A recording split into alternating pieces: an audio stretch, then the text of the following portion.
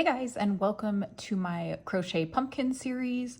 Today we are going to work on the mini ribbed pumpkin pattern. This pattern is currently on my blog, but I've never done a full video tutorial. I have a very quick sped up version reel that I did on Instagram that I put over on YouTube, but I've been asked time and time again to create a full video slower so everyone can see. So I'm going to have several pumpkins in this series. One is a new design, the rest are existing designs, but none of them are on my blog yet, and none of them include videos. So we're going to do videos for all of the patterns and probably finish up in October. So anyway, the mini ribbed pumpkin, you will need size 6 super bulky yarn. I like Wool Ease Thick and Quick. This is the color mustard. It's an 80% acrylic and a 20% wool yarn. I like the texture of this yarn because it's really nice and natural looking. This pattern is extremely flexible. I've used so many different yarns. I've used the new Lion brand yarn, Cover Story Lazy Days. I really like this yarn. Here's a new design I'm working on. It's very similar to the ribbed pumpkin, but it's a different type of design. So that's what that yarn looks like worked up. I've used cotton yarn. This is the cotton yarn I got from Hobby Lobby. This is another yarn I got at Hobby Lobby. Some of them are old, so I'll try to put as much of the information down as I can regarding these different yarns. I love this velvet. I believe this was a yarn from Hobby Lobby as well. These are not all the same design we're working on today. I just wanted to show you the different yarns worked up. This rewind tape yarn is a nice yarn to work with. And then this is Lion brand Hue and Me, or Hue Plus Me, and I really like this one as well. I have these worked up from last year. I have a photo, so I'll put that up. This one was one of my favorite yarns. So this is a number 5 yarn.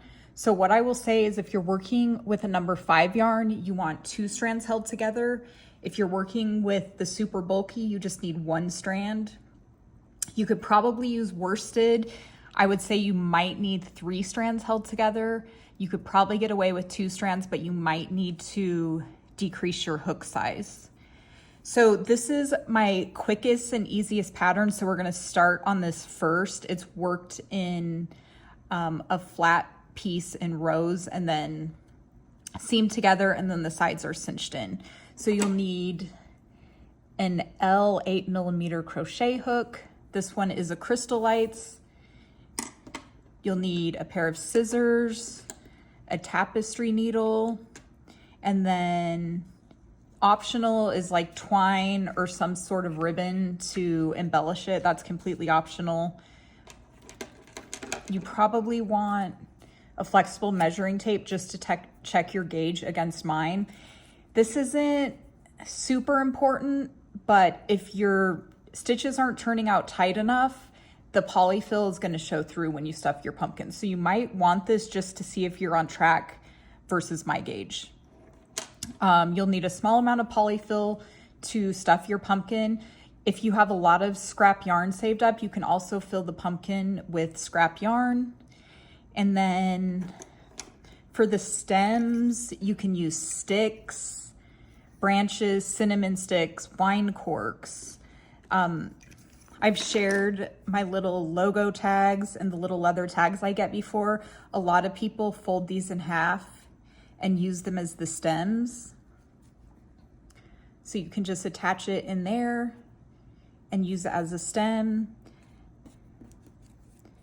They have solid color ones that you can also put in there, and they make longer tags like that for the bigger size pumpkins. You can also get leaf embellishments like this. I get these from the same people I get these little tags from. I have a few different suppliers that I always link in my posts. So those are really cute as well. So here's one with the leaves, and I just added a little bit of twine and these little sticks. So the sticks, these small little ones I've been able to find on Amazon. I'll link them for you.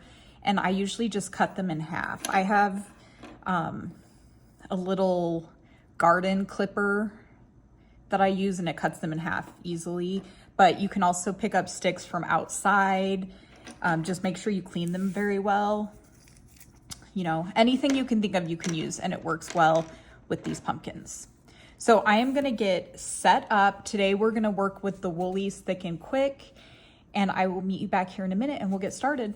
Okay, so I have my yarn. This color is called Fall Leaves. I haven't used it before, but it's a really pretty variegated yarn, so I think it'll look really nice. And then I have my crochet hook. So you want to keep a long tail, about 12 inches or so. I just kind of eyeball it. And then you create a slip stitch. And then you chain 9. 1, 2, 3, 4, 5, 6, 7, 8, 9. Now this pumpkin pattern is completely adjustable. If you want it taller, you could chain 9 or more than 9, or if you want it shorter, you can chain less. You can make this any size you want.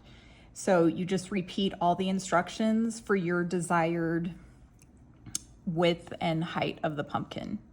So after you have chained 9 or your desired amount, you single crochet in the second chain from the hook. So there's 1 and there's 2, and we just work in the back loop only of that chain. Normally, I recommend working in the back humps of a chain, but this pattern, we join the piece together so it doesn't make a difference.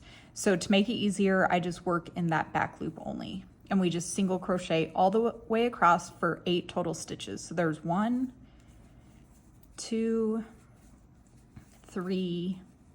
Let me show you a single crochet. So insert your hook in that back loop only, yarn over, pull up a loop, yarn over and pull through 2 loops. So insert your hook, yarn over, pull up a loop, yarn over and pull through the 2 loops on your hook. So let's see, 1, 2, 3, 4, 5, 6, 7, and 8. Okay, so that's the first row that we have done. And then we chain 1 and then turn. I always recommend turning the piece away from you in a counterclockwise motion, like that, instead of towards you in a clockwise motion. It creates a smaller gap on the side right here. Okay, so row 2, we are working a single crochet all the way across, and we're working in the back loop only.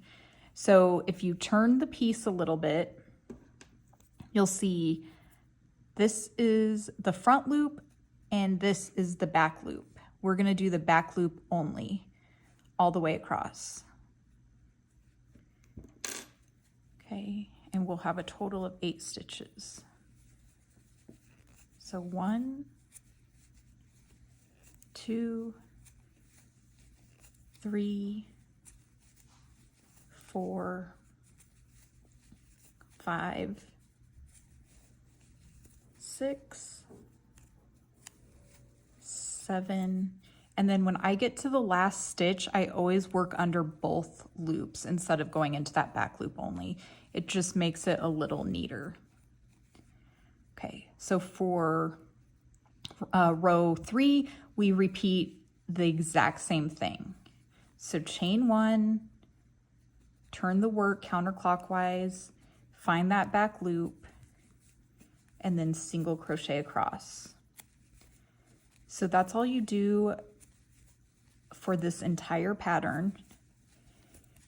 And you can repeat this for as many times as you want. You just want to make sure you end with an odd number of rows.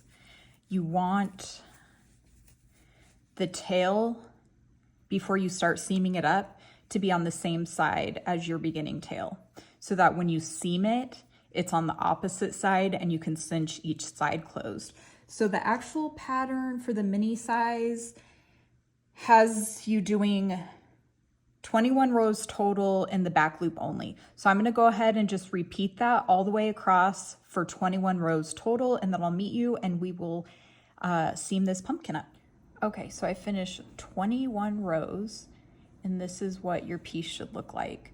So after my 21st row, I turned the piece, and you'll notice the tails are on the same end of the piece. You definitely want that. So you want to make sure you do an odd number of rows. So you'll notice that the piece looks exactly the same on both sides. There's not really a right or wrong side, but this is how I like to put it together. So I take the short sides, fold it in half. I always have the beginning tail from my foundation chain up here on the top right. I fold it, and then I have it facing me like this. So this is my working tail, and this is the foundation chain and the beginning tail. And so we are going to slip stitch the 2 layers together all the way across. So I insert my hook under the first stitch, and I work under the 2 remaining stitches from the foundation chain. So it will be the remaining loop plus that back hump. I just go under both loops. And then I take my working yarn, pull it through, and then loosely slip stitch.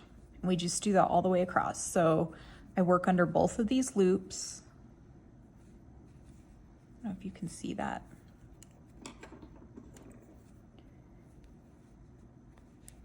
So you find both of those loops, and then we're gonna, for the rest of the stitches, we're gonna work under the back loop only of this row. So both loops here, and then you find the back loop of this one. So this would be the front loop, and then you turn it slightly, and that is the back loop. This would be both loops. So we're gonna attach it to the back loop only, and we just repeat that all the way across. We should have a total of 8 stitches. So I finished the first one, then find that back loop, and you want to work pretty loosely because you don't want the pumpkin to cinch up where the seam is. We want it to be seamless, so just work pretty loosely. So that's 2,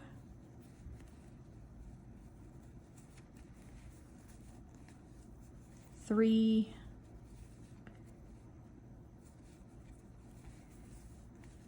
4. So when I pull up my loop, I pull it up to where it's about even to this one. Then I pull it through.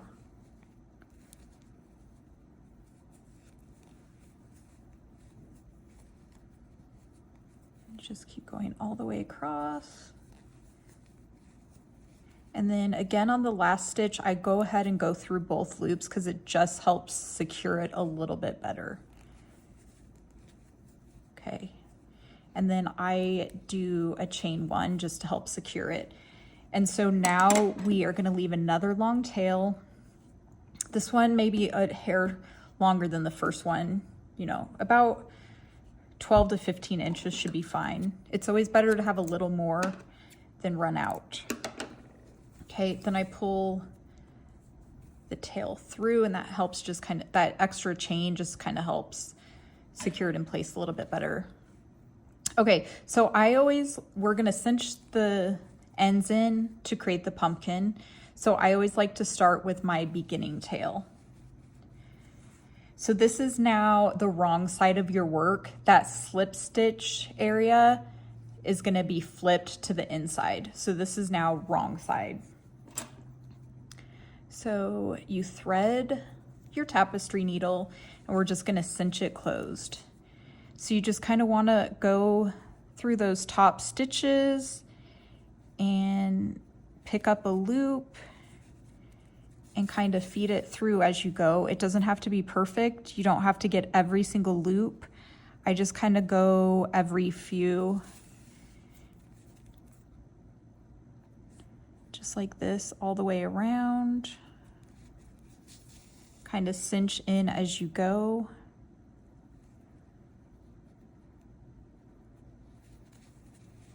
So this will be the bottom of the pumpkin. You can see how the pumpkin is cinching closed. So let's go there.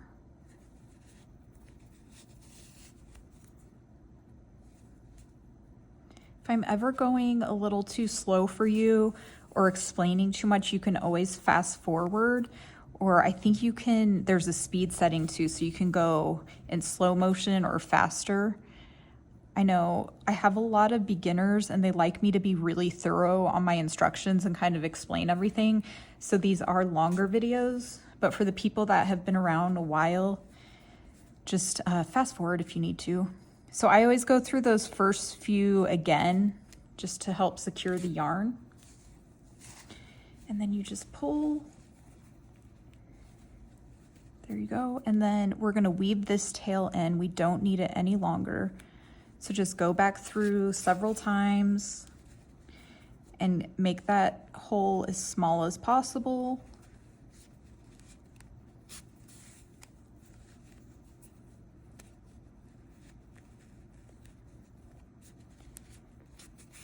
And then you can weave up the side if you want. Just weave back and forth several times. Make sure it's nice and secure.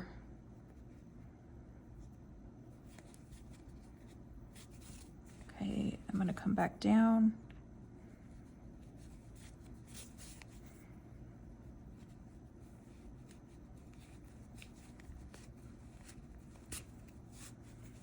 Okay. So I think that is pretty good. So I'm going to cut that off. And now we're gonna turn our pumpkin right side out. So you can see that's what the bottom looks like. Okay, so now we're basically doing the same thing with the top of the pumpkin.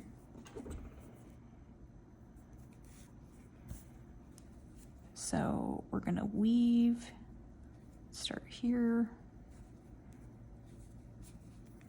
I just do a few at a time and then kind of pull the thread through. So we still have to fill it with the poly-fil. So on this side,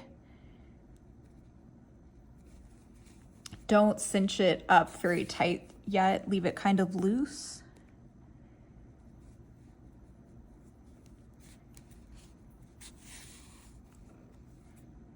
And just keep going all the way around. There's a ton of different ways to cinch things up. This is kind of the method I use for the pumpkins, for this pumpkin pattern. But if you have a better way or you like to do it differently, that's fine. It doesn't need to be really meticulous because once you cinch it closed and put a stem on, it can hide some of the mistakes if it doesn't look quite right. But I've kind of found that this technique makes it look the nicest. So again, I just kind of go through the beginning portion a little bit more. Okay, and now we are going to fill it with the poly-fil.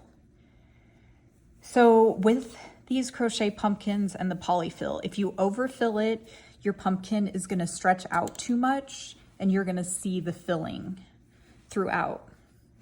So you wanna put enough in there to where the outside is firm and not like caving in if you press on it, but you don't want it so tight to where it stretches your pumpkin out like that and you can see all the white through.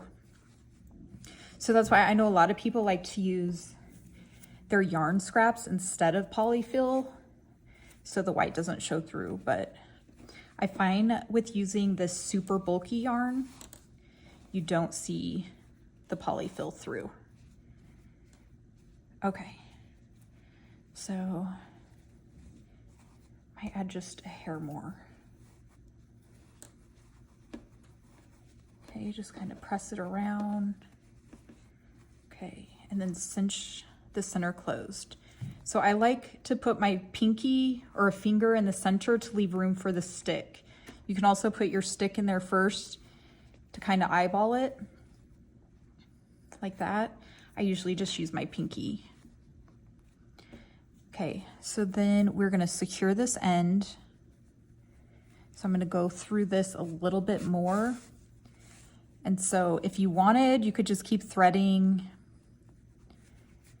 this through until you are nice and tight and feel like your end will stay in place. But on this pumpkin, I like to go through my center. I like to create like a little indent. So I push my needle directly through the center, and I go a little bit off center on this,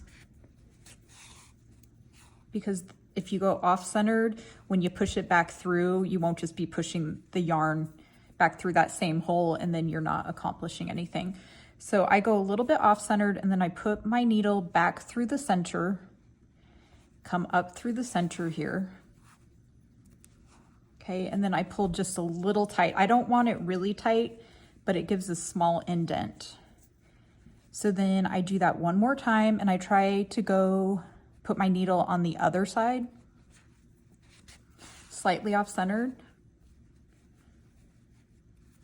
And then I go back through the center. Okay, and then I weave it in.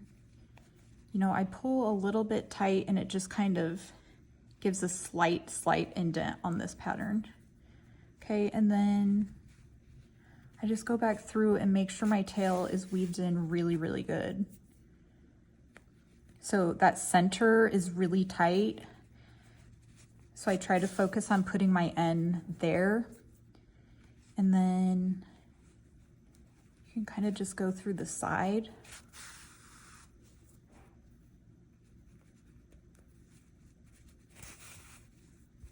And then when I have it nice and secure,